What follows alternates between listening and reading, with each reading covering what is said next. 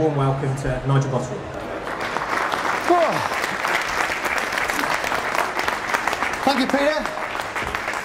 Hello. This is great. I've never spoken on a cricket pitch before. It's great to be here. It's such a lovely venue with such a shit projector. So, fortunately, I think the slides will just about pass. There's not a... I'll do my best to convey the messages without relying too much on what you can see on the screen behind me there. Thanks for that introduction, Peter. Despite what you said there, I know that most of you right now are probably thinking something along those lines. Who on earth is this guy? What gives him the right to come down here and talk to us about things that make businesses successful? Well, very quickly, I own my own business. We're 10 years old this year. We'll do about £10 million this year. I've helped over 3,000 people over the last 6 years to set up in business. But probably my most important credential to give this little talk to you today about what it takes to be successful is that in the last 8 years, I built from scratch, in the last 7 years, 8 separate £1 million plus businesses. So we know a lot about what it takes to grow businesses quickly. You see, I'm a business owner just like all you are. And that means that I've had more than my fair share of sleepless nights, worrying about the cash flow and the tax bills and the overheads and, oh God, the staff. But we fortunately had quite a few kind of champagne popping moments as well. We've won quite a lot of awards, including some of the most prestigious awards that are available in the UK. Last year I wrote a book, and it's called The Botty Rules. And I was really chuffed because last February I became a Sunday Times top 11 bestseller.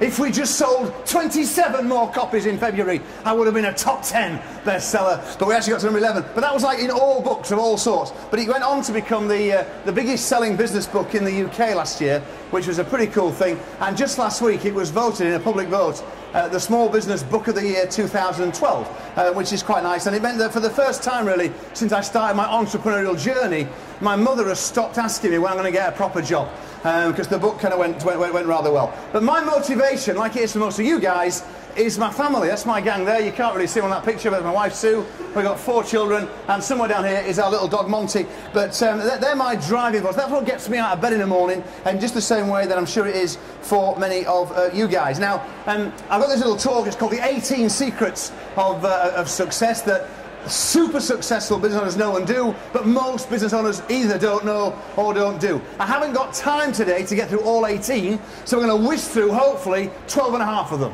But I've got to keep the energy and the pace going, so we're going to have to go really quite quickly. So kind of sharpen your pen, I'm going to dive straight in. And the first one I want to talk about is something that I learned from this guy. You can't even see who it is, it's such a rubbish projector, but that is Donald Trump. And about 7 years ago, in 2004, October 2004, I was fortunate enough to have dinner with Donald Trump.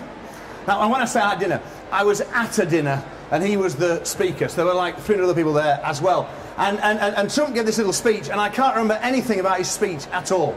But at the end of the speech, he opened it up to Q&A. Are there any Americans here?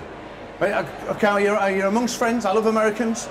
None here. Well, the Americans are much less inhibited than us Brits are. So when at the end of his talk, Donald Trump asked if there were any questions, it was like I was back in primary school. Because everyone was, yeah, me, pick me, and all the Americans will never go. And Trump turned to the guy on the table next to me and he pointed, yes, sir, what's your question? And the guy said, Mr. Trump, you're an incredibly successful business person. To what do you attribute your success? Which, if you think about it, is quite an intelligent question for an American. And Trump said something in answer to that question. He was asked, why have you been successful? And Trump said something very profound that genuinely kind of changed my life. And that's what I want to share with you as the first kind of point today. Because when Trump was asked, why are you successful in business? Here's what he said. He said, I think big, most people think small. This gives me a distinct advantage. And when I heard those words, it was like I had just been whacked round the face with like a 20-pound haddock. And I just thought, fuck me, that's right. And at that point, I was developing a business which wasn't named that, but it was called The Best Of. And our plans at that stage for The Best Of were that we would do the traditional thing. And we'd run a pilot for a couple of years, and then we might expand it out regionally in the Midlands, and then if all that went well, then maybe 4 or 5 years down the line, we might roll it out nationally. And I then thought, what would Donald Trump do if he was running my business? And I thought, well, he would think big. And so it changed my entire thinking, and we launched The Best Of a few months later. It went very quickly, became the fastest growing UK franchise ever. and we got to over 300 franchisees within the first couple of years. It was a tremendous success story, and it all started here, because you see, what I discovered is there is a lot less competition for the bigger goals, particularly in our country. There's something that inhibits us Brits, and we're much more comfortable kind of thinking small.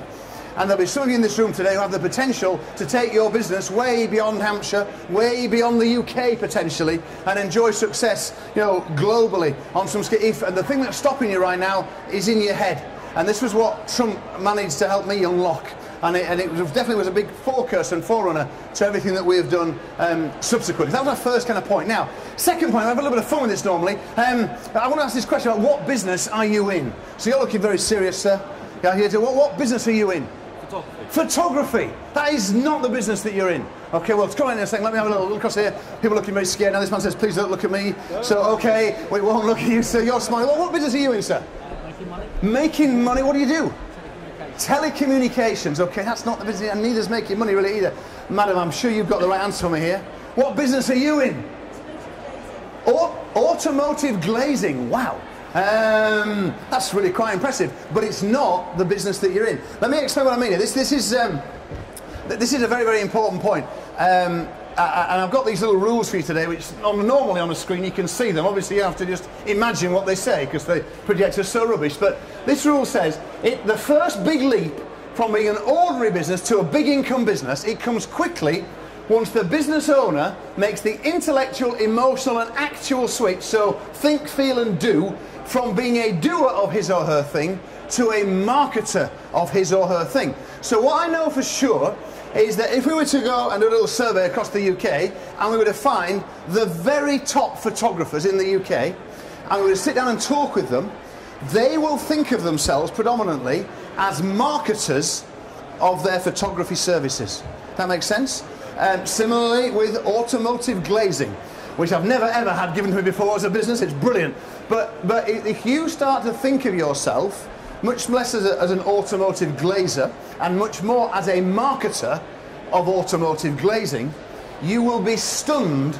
If you do that properly, and it affects everything, the way you think about your job, what you actually spend your time doing, you'll be amazed at the speed of transition in your revenue and your profitability. Honestly, I cannot emphasize strong enough what a big difference this makes. And I'm trying to do a really good job here to make sure you kind of get this. Because if you aspire to super success, that's what we're talking about. If you just want a lifestyle business, something that pays you 50 grand a year and pays the bills, and there's nothing wrong with that at all, you can afford to ignore this and much of what else I talk about today. But if you aspire to super success, this is really, really important. And I'll go on and give you some tools and some techniques and some thoughts as to how you can manifest this and what it actually means in practice in a minute or two. But understanding this foundation, becoming a marketer of your thing, not a doer of your thing, is a really profound and important kind of shift. And over the last few years, I've been fortunate enough to meet many of the most successful business owners, entrepreneurs in the UK. All the kind of famous names, all the dragons and others that I've been lucky to spend a bit of time with and get to know some of them. And every single kind of super successful business that I have met, when you get to talk to them and understand them, they are all expert at the marketing and the selling. Because you see, your business cannot double or treble in size in the next 6 or 12 months by doing more or doing better at what you do. It's the marketing and the selling that unlocks the rapid growth, and that's why this is so important. And the sooner you think, act and see yourself as a marketer of your thing, not a doer of your thing, then the quicker your income will rise. And I say it can be quite profound and quite dramatic when you get this right. Now, with that in mind then, let's get a bit down and dirty and practical here. So I want to know what the first thing is that you do every morning. Now, I was in Manchester last week and I asked this question and I got some really rude answers. Now, I'm sure you're going to be much more polite with me, and just to be clear, sir, we are not interested in what happens before you get to your place of work, okay? Your morning ablutions and anything else are of no interest in this group whatsoever. So, when you get to your place of work, Adrian, okay, on a normal, I guess today's not a normal day because you've come out here, but on a normal day, what's the first thing you do? You turn the computer on, and then you check your emails, okay? And lots of people nodding around the room because that is what most people do. I'm going to show you now and demonstrate why, if you aspire to super success, that is genuinely the single worst thing you can do first thing in the morning. And it's not trivial, it really matters, does this. And I need to tell you a little story about how all this came about. When I started my business, which is, I say, nearly 10 years ago now, I had a successful corporate career. And what I realised was that all the things that had helped me to be successful in large organisations were now useless to me in terms of being successful as my own boss. And I was very aware of this, and I was very keen to kind of learn and pick up things from other people. And there was a guy who lived in my village, because my business started from my back bedroom, like many businesses do. And when I set up on my own, I walked away from a big six-figure salary and big bonuses, and I had a big house and nice cars and kids in private school. So I had an expensive lifestyle. I had no savings, because we kind of spent what we earned, and I'd been used to earning very good money. And so the deal I had with my wife, Sue, who was very supportive, but the deal I had was, when I set up on my own, I had to generate £100,000 for us in the first year. And I was kind of blissfully ignorant as to what other challenge that was. I've been earning more than that. I thought it can't be that difficult. I'm going to do my own thing. I've got to earn 100 grand in the first year. And that's what I set out to do. But I was very, very driven. And the deal I had with Sue is, if I did that, then we could carry on with my own business. If I didn't manage to do that, then I'd have to go get another job, and my entrepreneurial career would be over, which was a very fair deal. But I was keen, obviously, to do all I could to be as successful as I could, as quickly as I could. And there's a guy who lived in the village where I was in the Midlands, a chap called Martin Howie. And Martin was retired, very wise man. And he came along to my house. He used to come out every 3 or 4 weeks, just for an hour or so, and give me the benefit of his kind of wisdom. I guess you'd call it mentoring, but he and I never did. And I've been going about 6 months. And I was getting some traction, we were doing okay. And one afternoon he came round, and we were sat down in my lounge at home. And he said, Nigel, what's the most important thing you've got to do to ensure the success of this business? And that's one of those horrible kind of questions. Oh, I don't know. So I flipped around for it. I said, I guess, Martin, what I've got to do is get and keep enough customers. If I get and keep enough customers, one way or the other, everything else will take care of itself. He said, Nigel, I think you're right. I thought, phew, got it right. He said, so when are you getting and keeping customers today then? I said, what do you mean? He said, well, you're a smart guy. You've just told me that the single most important thing you've got to do for the success of your business, which, by the way, Nigel, I know is the single most important thing in your life right now, which it was, is getting and keeping customers. So given that you understand that, surely you've got some time set aside every day to do that. Well, of course I hadn't. But I started a habit the very, very next day. Because I'm a morning person. I'm at my best in the morning. The minute I jump out of bed, I'm at my most productive and prolific, and my productivity kind of wanes gradually throughout the day, and by 5 o'clock I'm useless in terms of doing meaningful kind of work. So the following next day, I jumped out of bed, had my 15-yard commute upstairs, and I started to think about how I was going to get and keep customers. And I started a habit that day, and I spend the first 90 minutes of every day, and I have done now for over 9 years, working on my business, plotting and planning how I'm going to grow my business, how I'm going to bring in more customers, I'm going to keep the ones I've got, how I can increase my sales, what my offers are going to be, a whole load of stuff. And I spend 90 minutes on that every morning. Now, what I discover is, if I allow myself even a sneaky little look at the email in the morning, what happens is, even if I don't answer it or deal with it, I know there's something in there, it gets in your head and it deflects your focus. So I have to have my phone turned off. My email is turned off. I do use my computer because I'm doing some work on it and things, but I'm in a completely uninterruptible zone. Now, nowadays, we've got offices now quite close to where I live. I'm in my office about 7:30. There's a little sign on my door. It says, do not disturb unless building is on fire. And every morning I come in and I hang that sign on my door and I shut the door. And I say, my phone is turned off, the email's turned off, no one can come in. It just took one disciplinary from my staff to know I was deadly serious. When that sign's on my door, you cannot come in. And every single thing that we've achieved in business really over the last 9 years, in truth, has been built in those 90-minute chunks. Because I emerge at 9 o'clock or 9:15, kind of blinking into the light, and at that point I can take whatever shit the day throws at me because I've done the most important thing. And you'll be amazed if you allocate an hour, 90 minutes. I find, by the way, after 90 minutes, I get distracted. I find it hard now to stay in the zone and be properly focused for much longer than 90 minutes. That's why I work in 90-minute chunks. But if you do that for 4 or 5 or 6 times a week, and sometimes I do 6 slots a week, you'll be amazed at how fast you can move your business from where it is now to where you want it to be.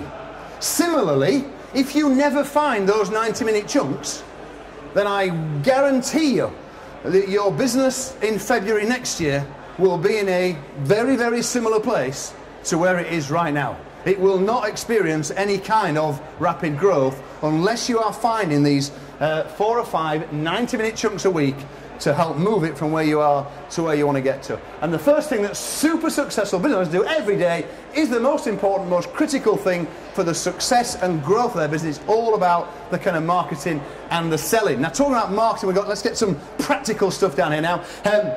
And in the interest of time, I'm going to move through this a bit quickly, but I don't ask you a question, but who knows which bits of their marketing are working best for them?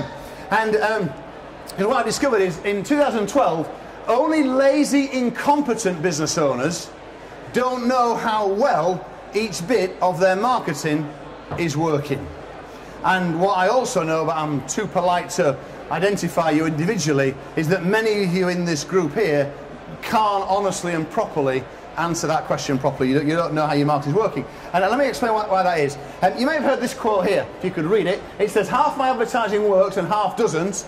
I just don't know which is which. You've heard that quote before? It's been around for a long, long time. A lot of nodding heads in them. First used in 1932 by a guy called Claude Hopkins. And in 1932, that statement was entirely valid. But in 2012, that statement is complete bollocks. I mean, honestly, complete bollocks. And if you allow yourself to hide behind that statement, you are kidding yourself. You are depriving you and your family and your customers and your staff of opportunity that is there to be taken. Because there is no excuse now, in 2012, for you not understanding and knowing which bits of your marketing are working for your business. Let me give you an example. Tracking numbers, call tracking numbers. Who here, be proud call tracking people, who here is using call tracking numbers in their business? Oh, well done, sir. One person. That's amazing. Genuinely, honestly, anyone not come? Don't be shy. 2 people.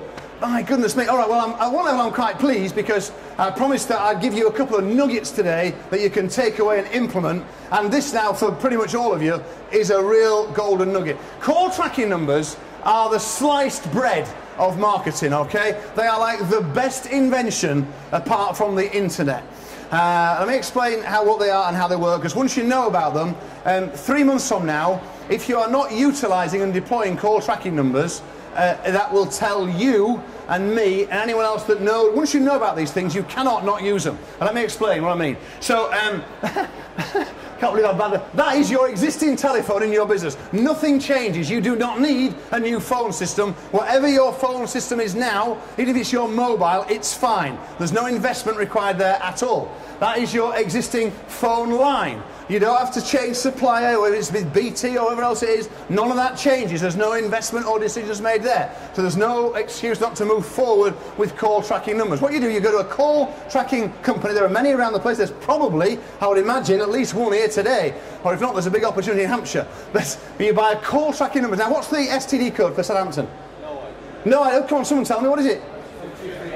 Say again? 02380. 02380. So my advice to you, if you are a Southampton business, is you would buy 02380 numbers. And you buy, if you're in Southampton, you buy probably 10 or 12 of these numbers.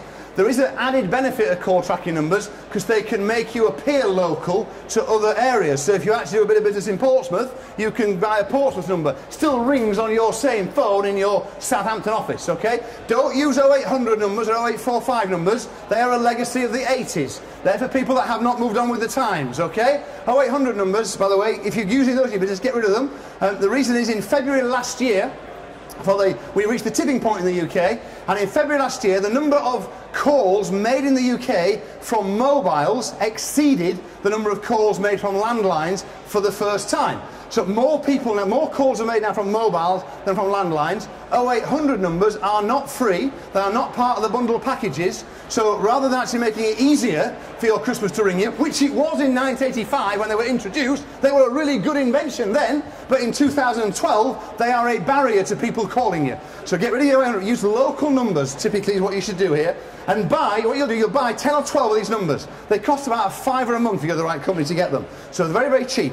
And what you do, you use each number in a different place. So if you advertise in a newspaper or a magazine, you use one of these phone numbers, only ever use it in your adverts in that publication. If you advertise somewhere else, again, a different number for a different publication. If you have a website on which there is a phone number, have a separate phone number. That number is only in one place, it's on your website. You don't use it anywhere else. If you come along to events like these and you're handing out leaflets or business cards, every piece of marketing has a different phone number. Typically, by the way, all that will be different is the last digit. You buy a set of 10, you'll get another 551, 552, but there'll just be one number different.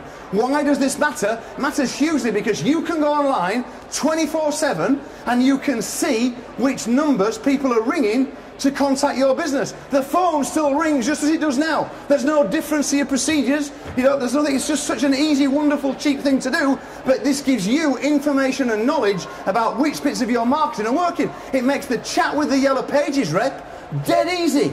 Because at the end of the year, you've either got enough calls to justify the investment or you haven't. But it's a black and white decision. And the same is true for everything else. And I promise you, when you implement these in your business, and you've got to do it across everything, I promise you, you will be surprised. I don't know which way, but there'll be things that you thought were working really well for you, actually not ringing the phone at all, and there'll be something else that you'd forgotten about, and you go, oh my God, that's where all our calls are coming from. It means you could divert your spend to the things that are working, you can stop wasting money on things that aren't, you can experiment and try new things, because you've got proper, hard, solid information, and that's why they're such an important tool, and that's why, now you know about them, okay, if you have not implemented this properly, by the end of March, I know, and you will know, that you're not serious about the growth of your business. Because once you know about that, it's so cheap. You can have a dozen numbers for like 60 quid a month, and that'll pay for itself in ever so quickly. We had a dentist in Richmond who we implemented some of these tracking numbers, and he had very old market surgery, and his receptionist had a little headset. The phone never rang, he didn't want to disturb the patients, just used to beep in her ear, and the calls were delivered. Except the problem was his receptionist didn't like answering the phone. So the call used to beep in her ear, and she'd press the button and kill the call. Now, there's no way as a dentist he could ever know about that until he got his tracking numbers, and he looks at his report after the first week, and he's got 70 calls of less than a second. That's a big deal. You can get to grips with that problem. Your reports online, they'll tell you which numbers were run. They'll give you the number of the people that called. They'll tell you whether the calls were answered or not.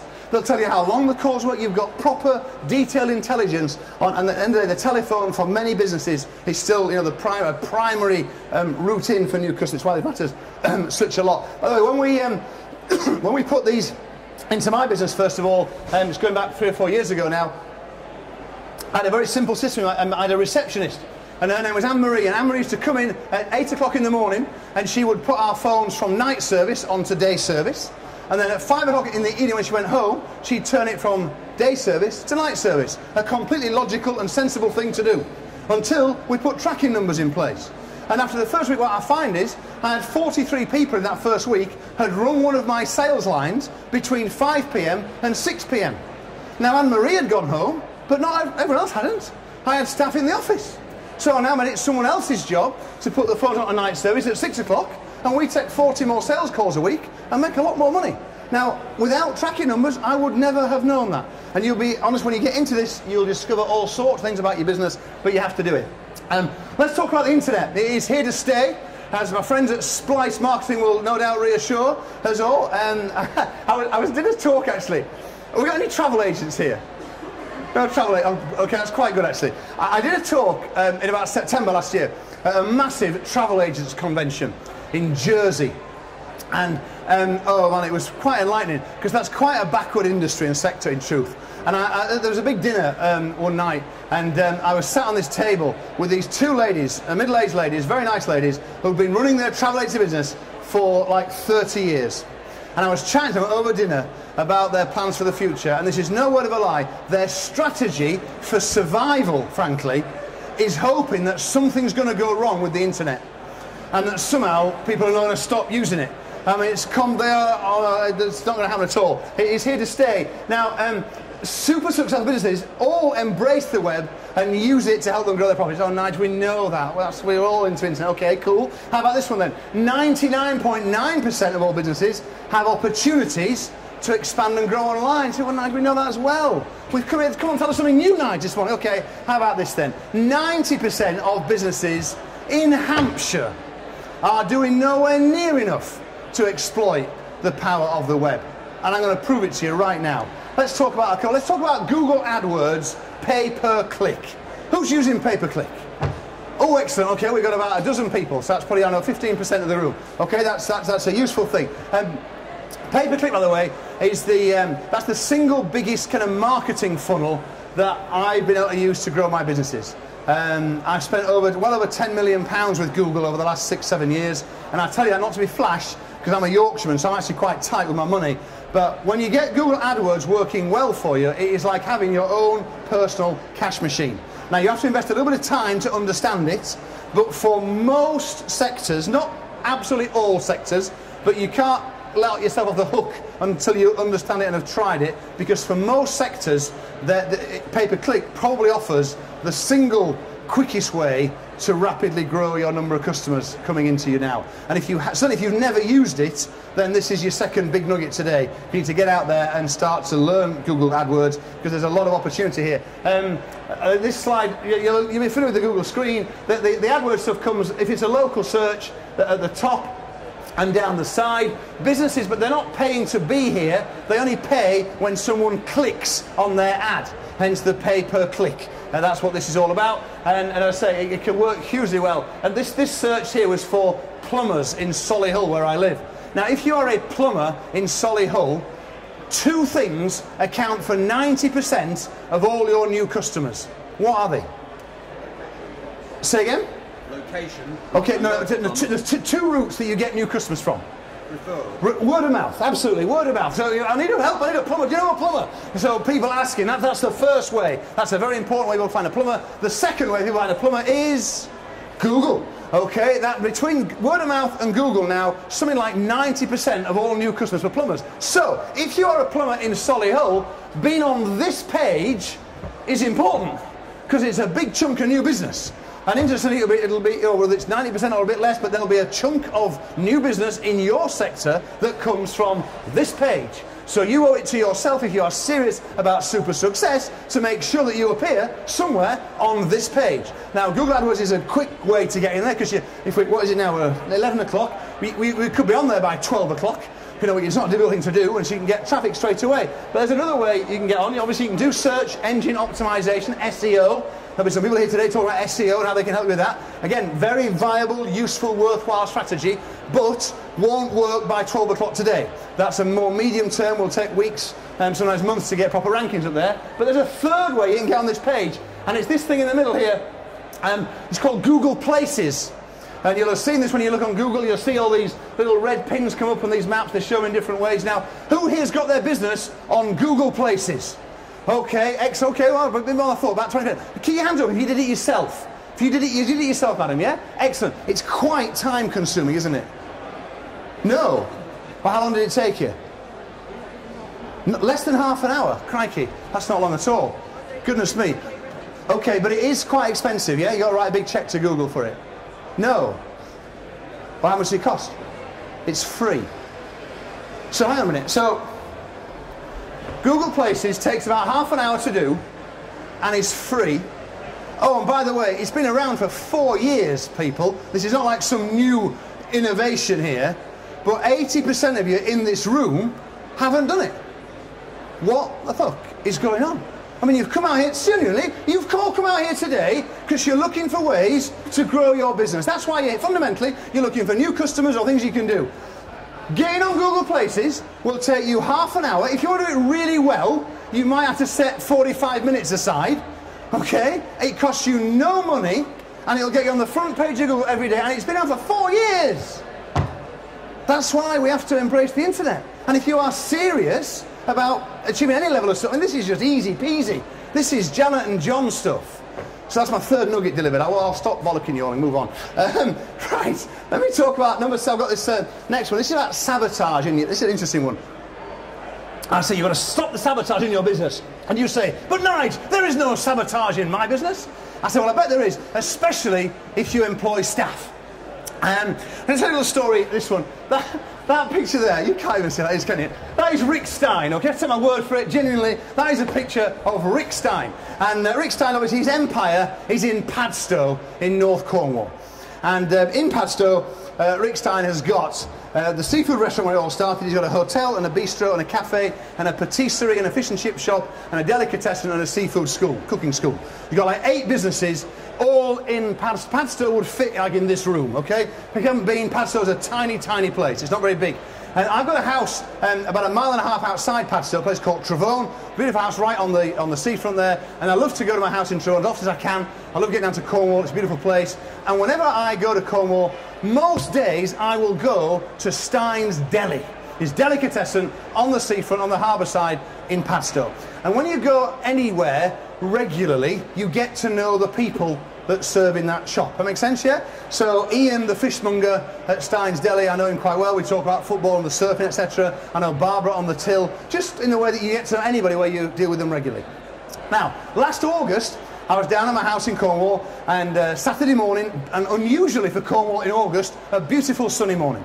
So I whiz in the car, whiz down to Padstow, and I always try and get there right when it opens at 9 o'clock, before all the pesky tourists arrive, so I can get into the deli. And on this Saturday morning, I walk into the door of Stein's Deli, and I come to the door, and right opposite me is the fish counter, and behind the fish counter is Ian, the fishmonger, who's usually there, and alongside him, dressed in all his whites, is your man, Rick Stein. I'd never met him before. So as I walk through the door, though, Rick Stein is the first person to make eye contact with me, and he says, "Good morning." I said, "Well, good morning."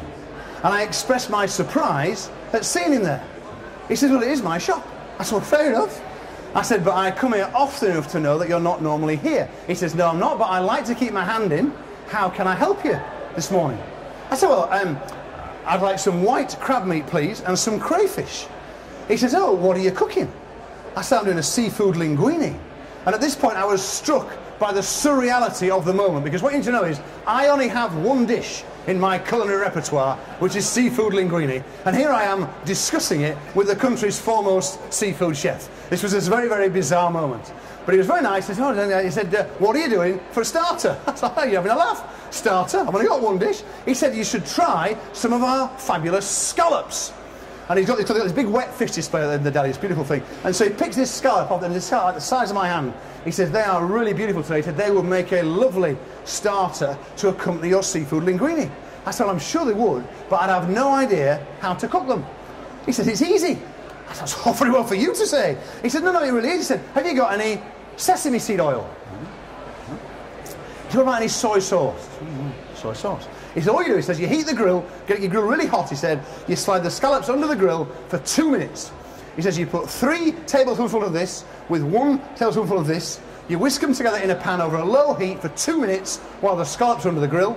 He says, "You bring the scallops out, you drizzle the oil mixture on, a little twizzle of spring onion, he said, and they'll be really, really beautiful, nice and simple." He said, "You can do that?" I said, "I can." He said, "If you want to make it really special, I'll give you a plastic bag here." He gave a big plastic bag on there. He said, "Go down to the harbour slipway," right where I took that picture of him. He said, "Grab yourself a big bag of seaweed out the harbour." He says, "Just dry it off in the oven for 20 minutes this afternoon and serve your scallops on this bed of seaweed." And that's exactly how we serve them in the seafood restaurant. That's fantastic. I just had my own personal cookery lesson from Rick Stein. Now this is, by the way, this is not about the £28 upsell that he took me for. Okay, because that is what happened. I bought 12 scallops at £2 each, plus the oil and the soy sauce and the spring onions was 28 quid. It's not about that, although, interestingly, by the way, how many times do you think subsequently, because I've now got 2 dishes, you see, because I can do a seafood linguine with a beautiful scallop starter. So I've actually done this many, many times since. But it's not about that, that's not the story. I leave Rick Stein, thank you very much, it's nice to meet him, and I walk over to the till where there's Barbara on the till. And I must have been through Barbara's till 100 times while I'm walking across, and Rick Stein calls out after me. He says, "Oh, Barbara, make sure you get Nigel's details so I can stay in touch." So Barbara pulls out this dog-eared, scrappy form from under a till, just a standard kind of name, address, email address, etc. So while she's putting stuff through the till, I fill the form in. And off I go. I've got a great story to tell, for nothing more of it, until the next morning, the Sunday morning. And I'm back in Stein's Deli. And this time, Rick Stein is nowhere to be seen. But Ian is on the fish counter, and Barbara is behind the till. So I walk in, I say, "Morning, guys. Sound really nice." I said, "What was going on yesterday then?" Ian says, "Oh, we got a right rollicking yesterday." I said, "What do you mean?" And then he started to tell me the story, and I started to understand what had actually been going on that Saturday morning in Rick Stein's deli. Because you see, Rick Stein, by any measure, is super successful. Okay, very wealthy guy now, lots of businesses, you know, and the temptation for him on that sunny Saturday in August to kick back with the papers and a cup of coffee on the cliff tops and enjoy his success must have been very, very strong. But he wasn't. He was up early, in his whites, behind the counter, in his deli. And the reason he was there was to stop the sabotage. Now, Ian and Barbara are not bad people. They are not bad employees. But they are sabotaging Rick Stein's business, and Rick understood it. You see, Ian, the fishmonger, does all the preparation, all the seafood prep for the seafood restaurant. It would have been easy for Ian to have at least tried to sell me the scallops on one of the 50 prior occasions that I bought fish from him. He'd never even tried. And I know him. We talk about the football or the surf or whatever else. He'd never even tried. Rick Stein knew that his wet fish sales were not as high as they should be, and he was in there that morning showing Ian what his job was. Because if I'd had a pile of scallops here now, frankly, some of you would have bought some. Because it's not that difficult, is it, to do what I just did? It was an easy thing to do, and Ian wasn't doing it, and Rick was stopping the sabotage. Barbara on the till, Barbara thought her job on the till was to take the money and put the products in the bag and send people on the way. But Rick says, no, that's not your job, Barbara. It's not even part of it. I need you to build my database. Because we have thousands of people coming through here, and they come to Cornwall and Padstow for one day a year, and if I've got their email address, I can keep in touch with them, and they'll buy other things. And part of your job, Barbara, is to build my database. And Barbara wasn't doing it. And Rick was in there to make the point. Now, there's a little end on this story, which is a really powerful ending, because last November, I get emails now from Rick Stein every month. And he says, hi, Nigel, Rick here. And I know they're not just to me. I do understand that. But they're well written and they're nice. And they pull me to him. And last November, I get an email, hi, Nigel, Rick here. Don't want you to miss out on our fabulous Christmas hampers this year. And we've got a range of like 11 hampers. And all the hampers were named after villages in and around Padstow. There's a Travone hamper. Oh, well, my house is in Travone. Now, the Travone hamper was £100. Within 3 minutes of getting that email, I bought 10 hampers, £1,000.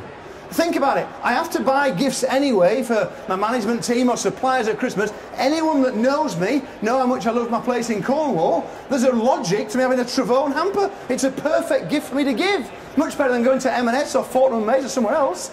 But I wouldn't have known about those hampers if I'd not got the email. And I wouldn't have got the email if Barbara hadn't put in the phone. And I wouldn't have put in the phone with Barbara if Rick hadn't gone in there to stop the money sabotage. And that's just a massively good example, because it's happening in all our businesses. I know it's happening in my business. I'm not standing up here and saying my business is perfect. Am I clever? Because I know that it's not. I know that when I'm down here today, one of my fantastic team, I've got 40 staff now, and they're all great, and I wouldn't swap any of them, but today, somewhere, someone in my team will do something not quite right. And my job as a business owner is to try and spot as many of them as I can and put them right. And if you aspire to super success, particularly now because customers are more demanding and they want more stuff from us, and we can't have this stuff going on, and it is integral on all of us to get our staff on board. So that's my Rick Stein sabotage story. And by the way, don't forget this one. No one will ever care about your business as much as you do. No one else ever. And because they're employees and their staff, and they can be fantastic and we need them, and they're part of our gang, but it's not their business. And there's just a difference between us and them, and it should be foolish to ever forget that. Right. Oh, okay. Got to run the page up here now. Pricing. This next rule is it doesn't say put your prices up. It says in most businesses, 20% of customers will pay more for a premium product or service if you make it available to them. Okay. Now the problem is most businesses, particularly small businesses, we don't make available a premium version of what we've got. I haven't had time yet today to do a little walk around all these stands. But I know that if I did, it will be a fairly small percentage that will have different versions of what they do. And that's a really, really big mistake, because some of your customers will pay you more money for a premium version of whatever it is that you offer. As a photographer, there's loads of scope to offer different levels of things. I'm sure the same is true in automotive glazing, if I had the time to kind of work it out. We had a business called My Little Rapper, Quite a small business now, but it's done a couple of million quid in the last 4 years. When I introduced that business, there was one version, doesn't matter what it is, but there was one version of it, and it sold in round numbers for £1,000. Then I kind of heard about this kind of premium price thing, so I thought I'll give it a try. So I didn't do anything other than, when someone rang up and said I'd like to buy, we said, that's fantastic, would you like the standard pack or the professional pack? Now the professional pack sold for twice the price. It was a lot more profitable for us. They got a lot more stuff, but it was a lot more profitable for us. What happened in that first month is 21% of people that we asked bought the professional pack. So we made quite a lot more money. So we put it on our website then and made it available with these 2 packs available. What's happened then? Every single month since then, either 19%, 20% or 21% buy the professional pack. Though the professional pack on my little wrapper keeps me in Range Rovers. I like my Range Rover, it's a nice car, I change it every 2 years with the incremental profit I make from my premium product on my little wrapper. That's how I kind of just compartmentalise it. I met a chiropractor last year, he said, well, nice, that's all very well, he said, but it won't work for me, I can't like fix your back or fix it really well, can I? I said, you think like the wrong way round. He said, what do you mean? I said, well, when is your most popular time of day? We had a little chat, and he said, what you should do, keep your prices where they are now for customers that come between 9 and 12, or between 2 and 5. Put your prices up by 20% if you want to come between 12 and 2 at lunchtime, and put them up by 30 or 40% if you want to come before 9 or after 5. So if convenience is the most important thing, if I needed a chiropractor, touch wood I don't, but if I did, it'd be really important for me to go at a time that was convenient to me, and I would pay for that convenience. Others, the money would be more important to them, so they'd go at a time that was less convenient but cheaper. I met him again a year later, bless him, he implemented this exactly as we said, and he made 25% more profit for no more work, and he never lost a single customer. But he gave people the choice of where to go, and that's the missing gap in many, many businesses. And got a best example of this, I mean, you can't even see that. That is a picture of the Hulk roller coaster at Universal Studios in Florida. It's the Islands of Adventure theme park. I want to see if you're nodding, you've been there. Now, if you go to Universal Studios in Orlando and you buy a day ticket, it will cost you $95. If you buy multi-day, it's a bit cheaper, but for a single day ticket, $95. If you arrive in the first hour in the morning, and you've already paid money to get in the park, so you're now in the park, and you'll see, probably around a few little stands, and they're selling something called Universal Express. Now, Universal Express is a separate ticket. You can only buy it one shot in the park, and it allows you to skip the queues. Different entrance to the rides, no need to queue. And it costs, for most of the year, $59 extra on top of what you already paid to go in the park. That's per person. And if you go at Christmas or Easter, it's as much as $120 for the express ticket, because it's busier times. They did a lot of work to work out the pricing. Because see, they can only sell 1,000 express tickets every day, otherwise the queue would just move, if you think it through. So they've got limited numbers, they've got 1,000 a day. Now, you know, I need help with the maths here, sir, okay? So we're going to go, so 1,000 tickets a day, we'll call it $60, make it easy for you. So 1,000 tickets a day at $60 is $60,000 a day. Okay? Now they're open 7 days a week. Okay? So that's how much a week? $420,000 a week. Wow. Now this is the biggie, because they're open 52 weeks in the year. Okay? But in round numbers, it's 22 million. Okay? $22 million in round numbers. What's the cost? Bugger all. I mean, it's lost in the roundings. I know there's a bit of selling the tickets and stuff, but in truth, it is lost in the roundings. It's virtually no cost. Why does that matter to businesses here in Hampshire in February 2012? Well, let me tell you why it matters. Because, you see, that Universal Express is putting $22 million on the bottom line of those theme parks every single year. And here's the rub. The parks were open for 16 years before they ever thought of it. It was not part of a strategic business case. It was never an integral part of the plan for the theme park. For 16 years they opened and ran those theme parks without Universal Express. Then some bright person, who I hope was appropriately rewarded, said, you know what, some of our customers that come every day will pay more money to not have to queue.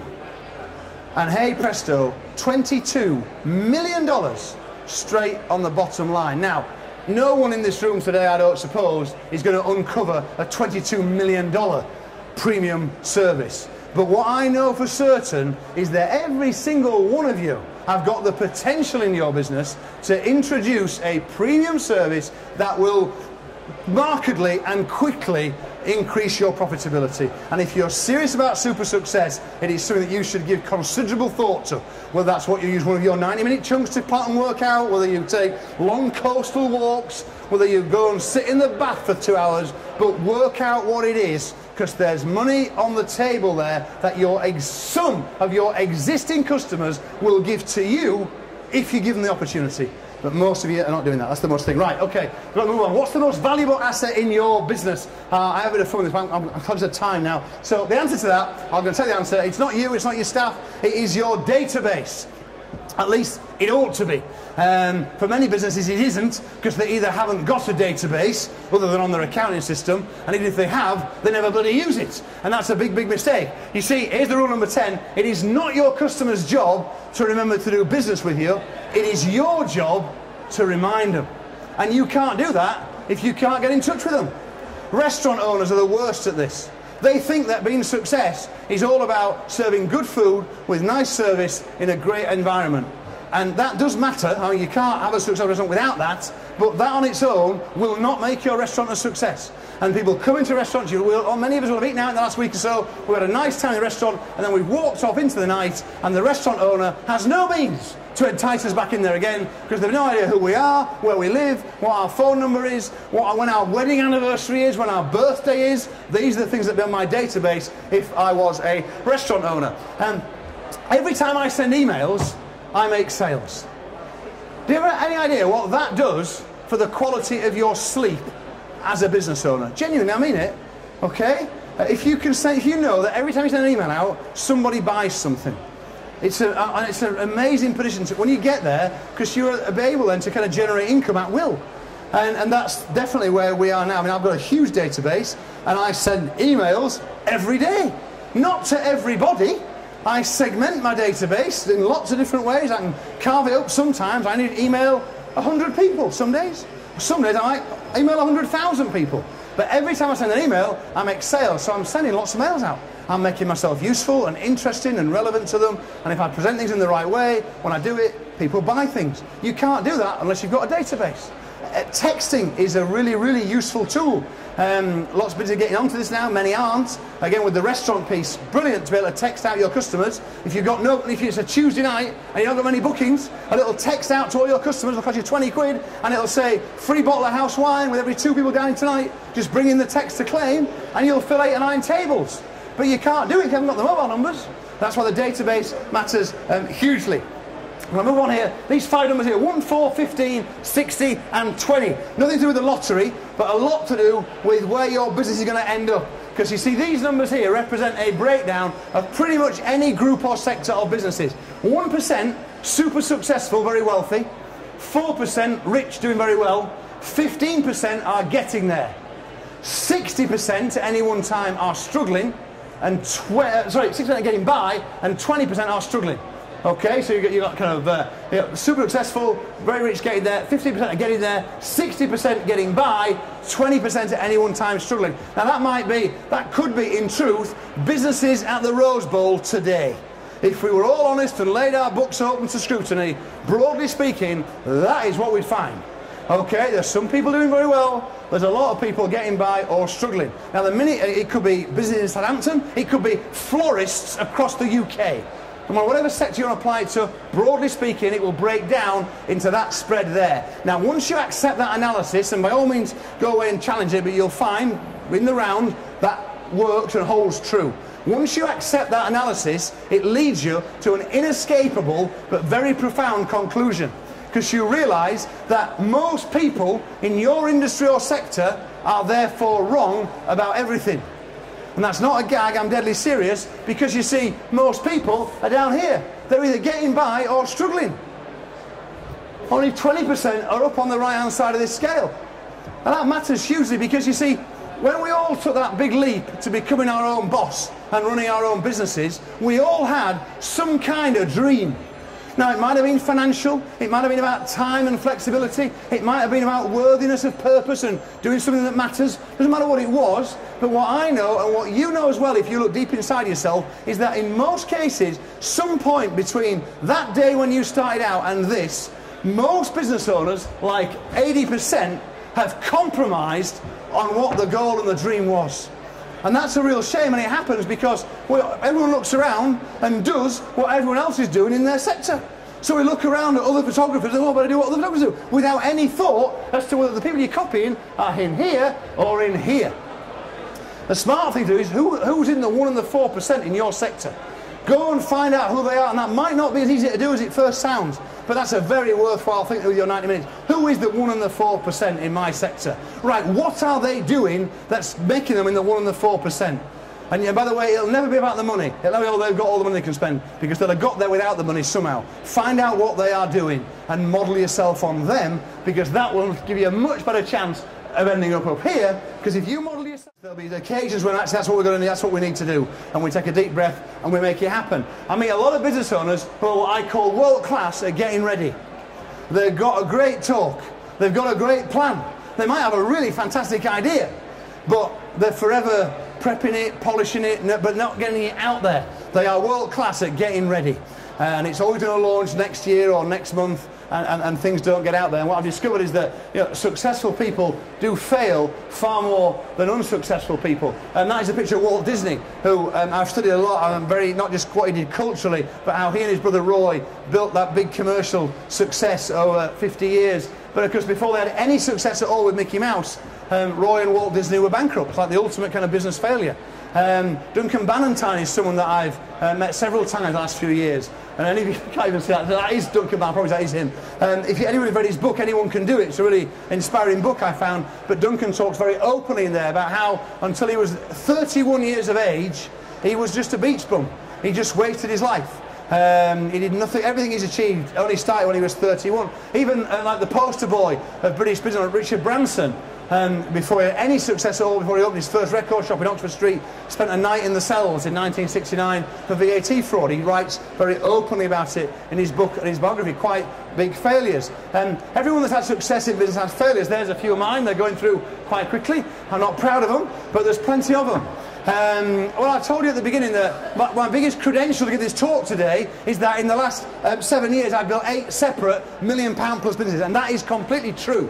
But what I could also have said is that in the last 7 years I've launched 10 businesses, 2 have failed and 8 have become £1 million plus businesses, and that would also be true, because wherever you find super success you will also find some failure. No one has got the Midas touch. There is no one that has got a 100% record and everything works every time.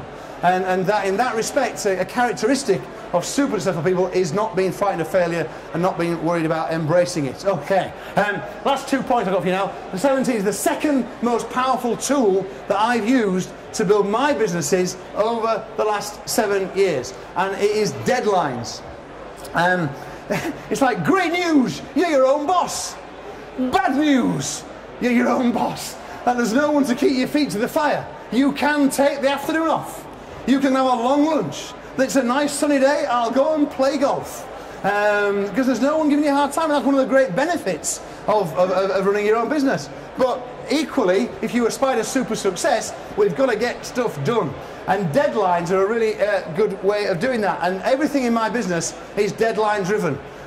We are constantly reprioritising and setting deadlines for this week or this month, and working things, so that's how we get things done and crossed off and implemented. And this little phrase that I use quite a bit, if I had to do X by Y or else I die, could I get it done? And now my staff use this now without even me having to use it. So let's just for instance, if you decided that actually I'd really pricked your conscience there with Google Places, and I say, oh my goodness, I've got to do Google Places and get up on it. Now, if that was the case, if you had to get your Google Places listing done by Monday morning, or else you died, could you do it? Of course you could. You're not going to die for that. Of course you could. In actual fact, if you had to get your Google Places listing up by 4 o'clock this afternoon, or you died, could you do it? Of course you could. Now the benefit of this is, once you answer yes to this question, it then just becomes a question then of prioritising. Because once you answer yes to that question, you've got rid of the issue as to whether it could be done or not. Because if your life was at stake, you could get it done. So your question is, if you went with that second option there, by 4 o'clock this afternoon, could you? And if that was really important, okay, well, you know what I'm going to do? I'm going to have to nip out of this exhibition for a couple of hours and get that done, because it's a priority thing. That makes sense? Not just the right thing, but that's the process by which we work it through. I went to a conference in America last year, in March, and long story, I was approached by this guy. I thought he was like stalking me, but he basically bought me a lunch. And he presented me with a business that he'd been running in the States for 8 years. And he said, look, I want you to run this in the UK, it'll be fantastic. And actually, he was right. Because I get a lot of approaches, and most of them are rubbish. But this was really, really good. So I brought this home on, it was the 5th of March last year. And I sat down with my team on the Monday. And we mapped it out, could we do this? And we looked at when we could do it. And for a long story, there was a window in June, which was the only time, really, we could launch it last year. So it was either we do it in June, or else it's going to be 2012 when we do it. So we weighed all the options up, and we made the decision in that meeting there and then, right, we're going to do it 11 weeks from now. Now, there's a hell of a lot of work to do to launch this business, but we had 11 weeks to do it in. Now, what that meant was a lot of things that were currently on our list to do, we had to move them back. We reprioritised. We made a lot of compromises on other things that we pushed back, but we decided to do this. And we did it, and we launched it 11 weeks later, and within 5 weeks it did £1 million in sales in the summer of 2011. Now, I tell you that story because I know what would have happened if most people had been given that opportunity in March, and they brought it back home, they'd have looked at it, and they would have thought, it's a really good idea, I want to do this, and they'd be just about getting ready for launch now. But we're 8 months in, and speed does matter, and it builds momentum and implementation. And this is what happened, and it's how businesses get super successful really quickly. Peter's got some great speakers on this stage today and tomorrow. Many of them have built very, very big businesses. But I guarantee when you get to come and listen to them, when you meet them and talk to them, momentum will have played a part, and speed of implementation will have played a part in them getting where they are today. And it's another characteristic of super successful entrepreneurs, whereas averagely successful people are just a lot more pedestrian about it. And there's nothing wrong with that. You've got the right as a business owner to be pedestrian. I'm not judging you at all, but all I'm saying is, if you aspire to super success, you'll have to ramp up the pace a little bit, and deadlines help you do it. And that's my point there. My final point then today is what I know for certain is the single biggest thing that you could do this year to step change the growth of your business. And I only realised this a couple of years ago when it was pointed out to me, and I hope you're not kind of underwhelmed by what I'm going to say, but actually it's about learning stuff. And let me explain what I mean by that. You see, when I started out in business, I really wasn't equipped to be successful as an entrepreneur. I had 20 years in the kind of corporate life, the skills to succeed in that large organisations, very, very different to what you need to be successful on your own. So all my talent and abilities were elsewhere, all my skills and experience were not very relevant. So I was very aware of this on day one. So I set out I thought, cranky, I've got to learn from people that have been there before. And over the last, I've only been about 5 years, but over the last 5 years, I spent a heck of a lot of money, over 340 grand, learning. Because you see, I just consume stuff. There's not a business book I haven't read, and I don't just read them, I tear out pages. I'm just looking for the little nuggets that I can implement. All online courses, I've got lots of conferences all over the world and seminars. I'm part of mastermind groups, I go to boot camps and summits, and I buy info products and consume manuals, because I'm always looking for the edge. I discovered something last year. I went to a conference, I went 7 times to America last year. Often, I only go for one night. Sometimes come back with the same flight crew, because I just want to go, there's someone I want to meet, he's talking that, right, I'll go and I'll hear that talk. A guy, Kevin, did this little talk about something called banner retargeting, which is something that was made available through Google last year. And I've got to tell you, it is the best marketing tech tool I ever. We spent £489 on it last June for that product launch, and it generated over £120,000 of sales. I've never had a return on that ever before, but I only find out this stuff because I go in and I'm deploying and putting all this learning together, and what we do. And if you look at my business and what we've done over the last 8 years, what you'll find is we've learned a lot of stuff, and then we just replicate the stuff that works. There's hardly any original thought in my business. All the stuff I've shared with you in this talk today, none of it I'm laying claim to. The stories are all true that I've told you, but I've learned the stuff from other people. All of it, whatever it may be. And what I didn't realise was a couple of years ago pointed out to me that most business owners don't make any type of commitment at all to learning stuff. They just we keep up to date in our industry. We know what the latest photography techniques are, or automotive glazing techniques might be, but we don't learn about what it takes to be successful in 2012. And the reality is very different to what it was even 10 years ago. Because it used to be, being a successful business used to be about, for 70 years after the war, you took the biggest ad you could afford, Yellow Pages, you had a lot on word of mouth, and if you were a bit ambitious or really flash, you went in the local paper. And for 70, that's all you had to worry about. And it took care of everything. But in the last 10 years, all that has changed. And there's so many different things now that are about bringing in customers and growing your business. And most business owners don't make that commitment, and they don't enjoy the level of success that they set out to achieve. Like I said a minute ago, somewhere along the line they've compromised. The goal's not been achieved. And those two things are linked. They are not a coincidence. In a world that is moving and changing as rapidly as ours is, you have got to keep on top of the stuff that makes you grow. And that's what this is all about. And there is a strong correlation now, and I'm absolutely, this is absolutely complete truth. There's a link between people's commitment to finding and following proven success strategies and their eventual level of success. And hopefully what I've shown you today is just a few of those things in this little talk that we've had here. And so what I did a couple of years ago, when this was kind of pointed out to me, and said, Nigel, you're quite unusual, most people don't learn all this stuff, this is why you've had this success. And so I started this little project, which initially I set aside 25% of my time to doing, and I call it the Entrepreneur Circle.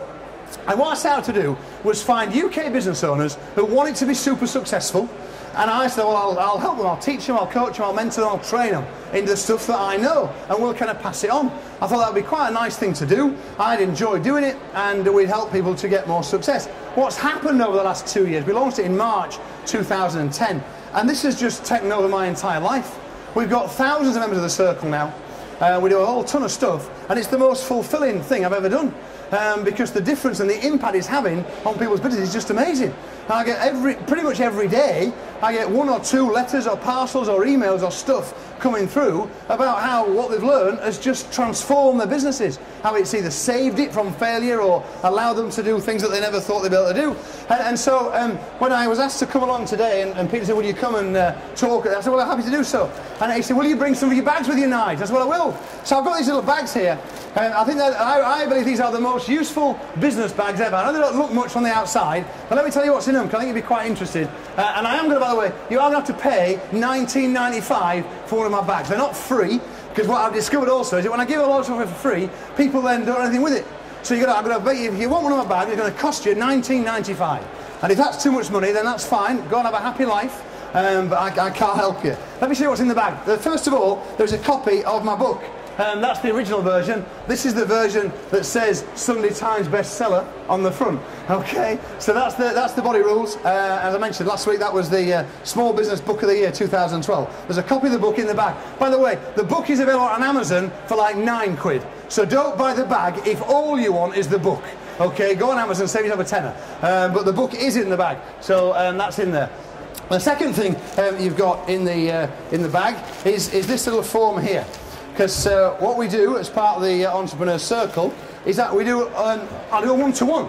Now it might be with me, it might be with my team. I've got a great team, only 4 or 5 key people in my team. But we will sit down, normally on the telephone. If you want to come to Solihull, you're very welcome to come and sit in Solihull. And we will sit down and we will tackle a particular challenge or opportunity that you've got in your business. And when I started doing this, I was a bit nervous.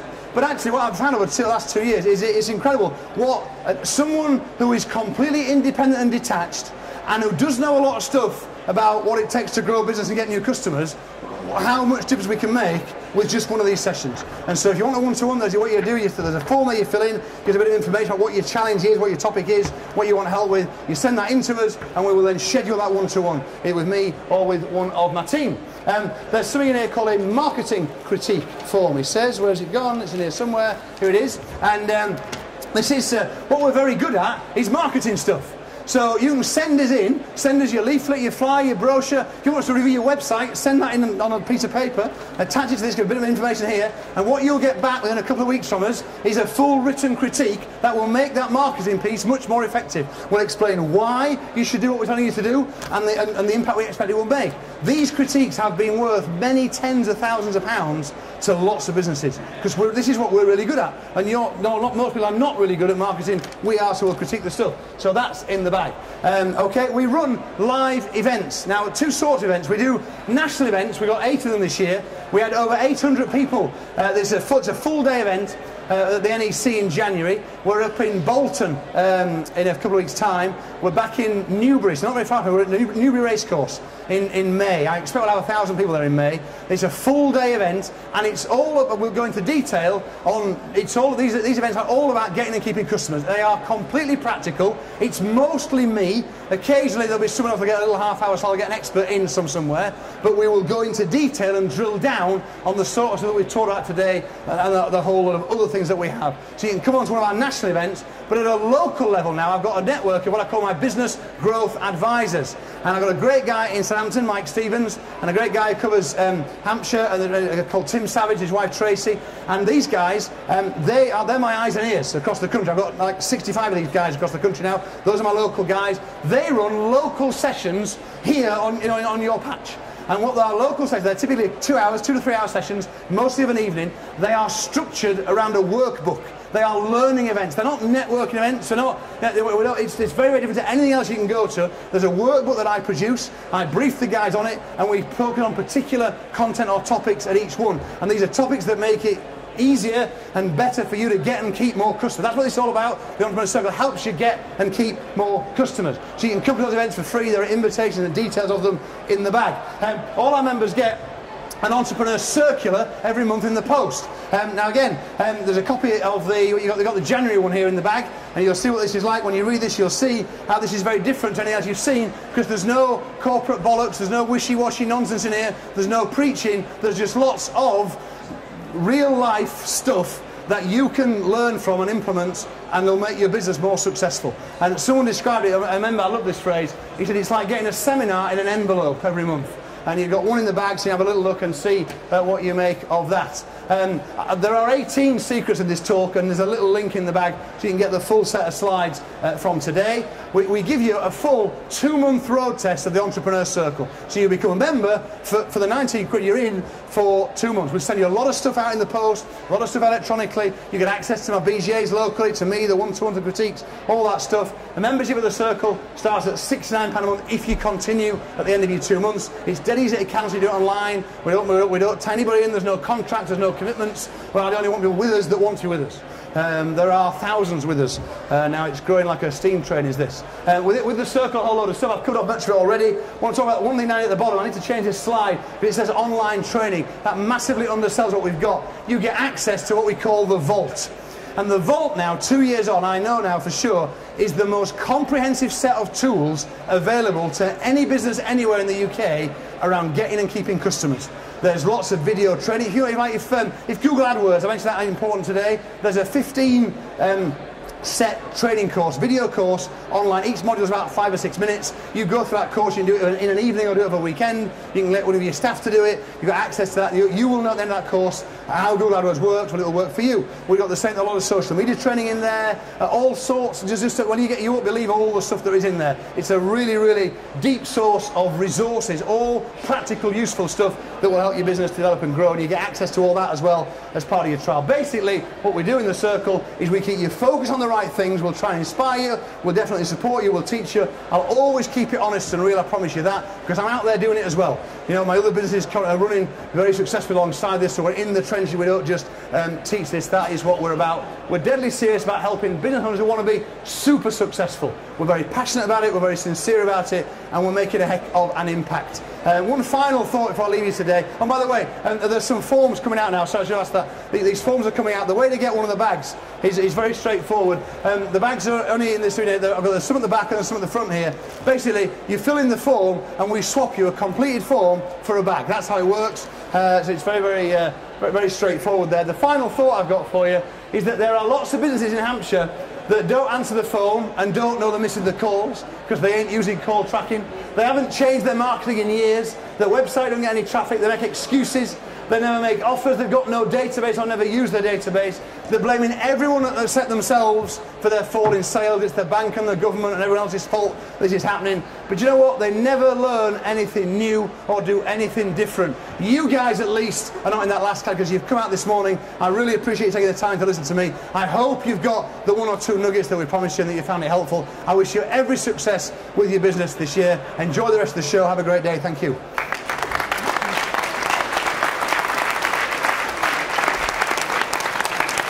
Thank you.